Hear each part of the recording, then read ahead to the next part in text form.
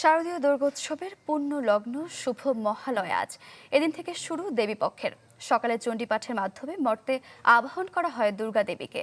সনাতন পঞ্জিকা অনুযায়ী এবার দেবী দুর্গা আসছেন দোলায় চড়ে আর ফিরবেন গজ বা হাতিতে।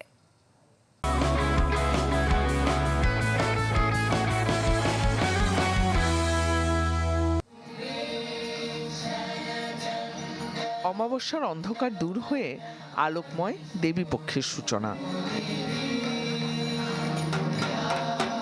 ঢাকের বাদ্য আর প্রার্থনায় মর্তে আসার আবাহন দেবী দুর্গাকে। বছর ঘুরে স্বামীগৃহ কৈলাস থেকে ধরণীতে আসছেন হিমালয় দুহিতা। অশুভ শক্তির বিনাশে আনন্দময়ীর কাছে শুভ শক্তির প্রার্থনা ভক্তদের। কয়েকদিন পর থেকে তোমাদের পুজো শুরু হয়ে যাবে, আজ থেকে আমাদের আনন্দ শুরু হচ্ছে, তো আমাদের সবকিছু যেন ঠিক হয়ে যায়, সেই জন্য আজকে আমরা এখানে এসেছি। বিভিন্ন জায়গায় হঠাৎ করে দুর্যোগ আসছে, তো আমি চাইবো দেবী দুর্গার কাছে যেন আমাদের এই ধরনের দুর্যোগ আর যাতে না হয়। দেবীর আরাধনার মাধ্যমে এবং আগমনের সাথে সাথে আমাদের সবার জীবনে শান্তি ফিরে আসবে এবং আমরা শান্তিময়ভাবে আমাদের জীবনযাপন করতে পারবো সবাই মিলেমিশে। দেবী পক্ষের মধ্যে দিয়ে আশা করব যে সবার মধ্যেই শুভ বুদ্ধির উদয় হোক, যেন সম্প্রীতির সাথে পুরো পৃথিবীতে প্রত্যেকটা মানুষ একে অন্যের সাথে একসাথে সুন্দরভাবে বাঁচতে পারে। আজকে দেবী পক্ষ শুরু হয়েছে, মা দুর্গার আবাহন আজকে হলো। আমরা মনে করি যে সামনের দিন যে আসছে সেটা ভালো দিনই আসবে।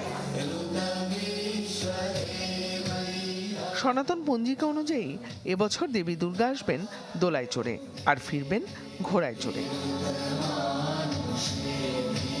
মহালয়ার প্রার্থনায় পরলোকগত পূর্বপুরুষের আত্মার শান্তি কামনায় করা হয় তর্পণ। 9 অক্টোবর ষষ্ঠী পূজার মধ্য দিয়ে শুরু হবে শারদীয় দুর্গোৎসব। মহালয়া মানেই শুরু দেবীপক্ষের ক্ষণগণনা, বাতাসে পুজোর গন্ধ।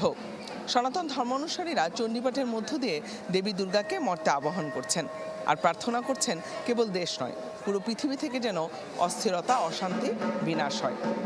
জিনিয়া কবির সূচনা, চ্যানেল 24, ঢাকা।